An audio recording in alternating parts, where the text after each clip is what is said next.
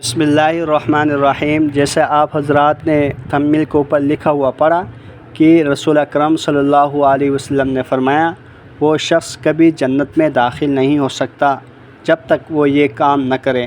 ایک حدیث مبارکہ اس کے متعلق ذکر کریں گے، اور دوسری وہ حدیث مبارکہ ہے جس میں ارشاد فرمایا وہ شخص ہم میں سے نہیں۔ ایک اس کے متعلق حدیث مبارکہ ذکر کریں گے۔ اللہ جل شانہ ہم سب کو حدیث مبارکہ صحیح طرح سمجھنے کی توفیق عطا فرمائیں۔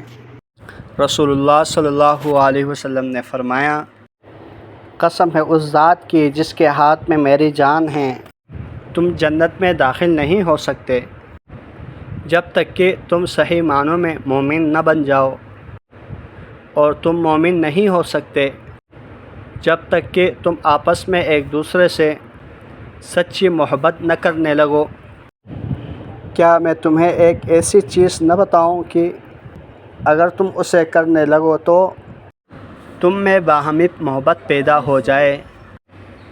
وہ یہ کہ آپس میں سلام کو عام کرو، یعنی پھیلاؤ۔